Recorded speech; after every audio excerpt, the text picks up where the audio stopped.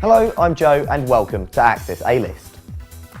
First up, and Wednesday night saw the biggest night in British television. Well, the second biggest after the BAFTAs and stuff, with the National Television Awards in London. The stars were out in force on the red carpet despite sub-zero temperatures, but as is tradition with the NTAs, the night was beset by travel chaos. In order to make sure she was there on time, Britain's Got Talent judge and This Morning regular Amanda Holden took the tube, tweeting, "It's the only way to travel." While the winner of Best Drama Performance, Sheridan Smith, was actually late to collect her award and rushed on stage, apologising to host Dermot O'Leary.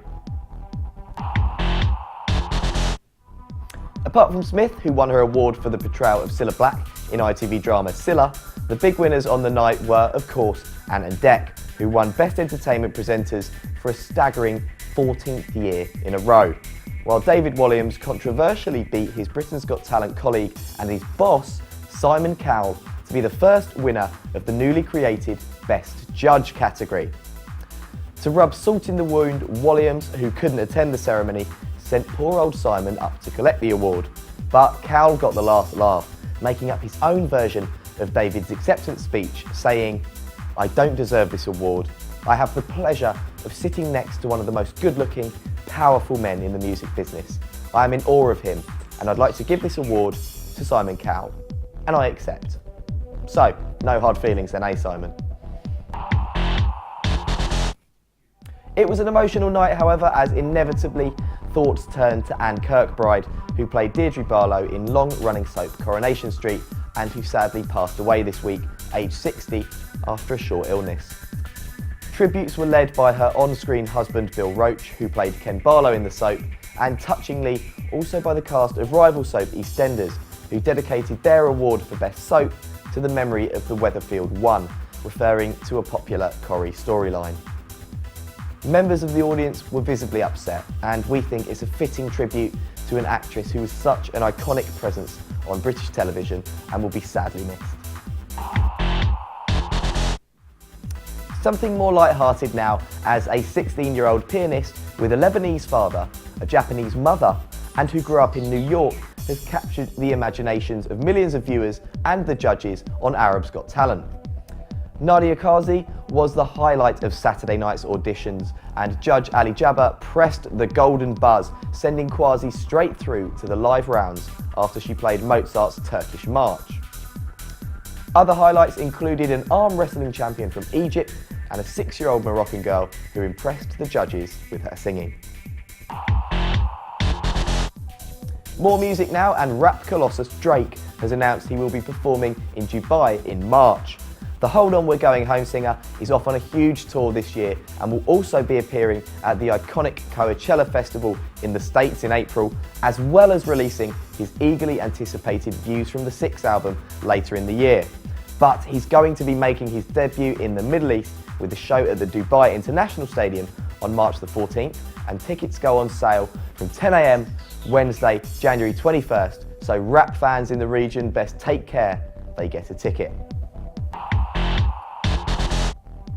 Sticking with music, and last week we told you all about the Sharjah World Music Festival, which has now gotten underway.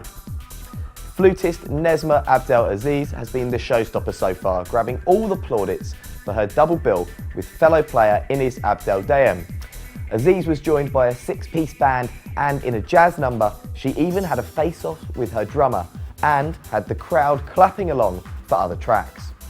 It's exactly this kind of eclectic performer and innovative performance that is giving the festival its fast-growing international reputation, with acts from all over the world flocking to the beautiful emirate to perform.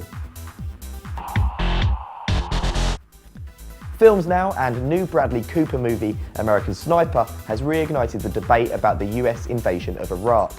The movie opened in the UAE cinemas on Thursday and has attracted praise from the American right, but also hefty criticism from the left, as the subject, former Navy SEAL Chris Kyle, was a prolific sniper and hence a killer. The film has been nominated for 6 Oscars, including Best Film and Best Actor, and director Clint Eastwood and star Bradley Cooper have both shied away from suggestions that it has any political undertones, with Cooper himself saying, "For me and for Clint, This movie was always a character study about what the plight is for a soldier. Controversial filmmaker Michael Moore has criticised the film, while Seth Rogen compared it to Nazi propaganda, while some war veterans have actually said the film is actually too sanitised and failed to give a voice to the Iraqis that it features.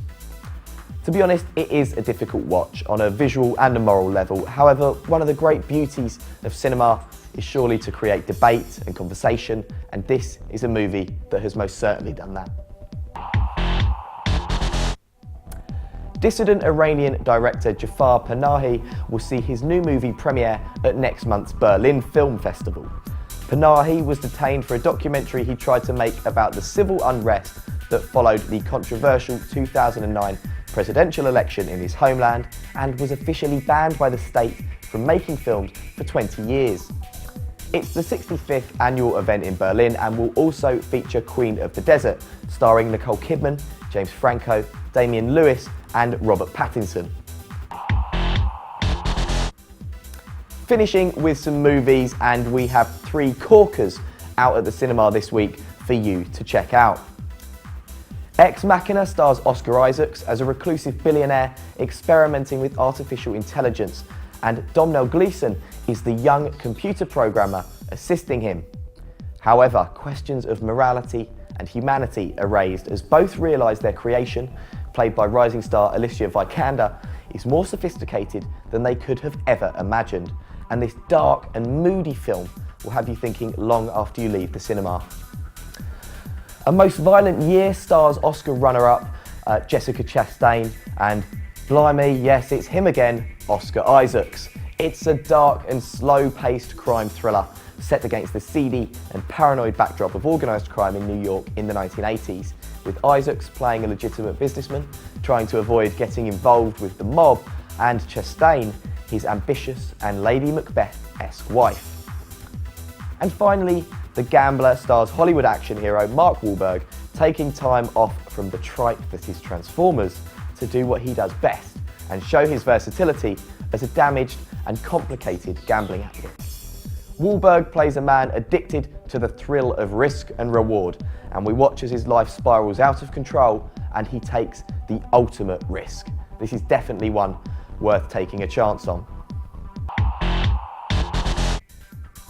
So that's it from this week's Access A-List, and for more of the latest entertainment news from all over the globe, make sure you check out levant.tv. I'm Joe, thanks for watching.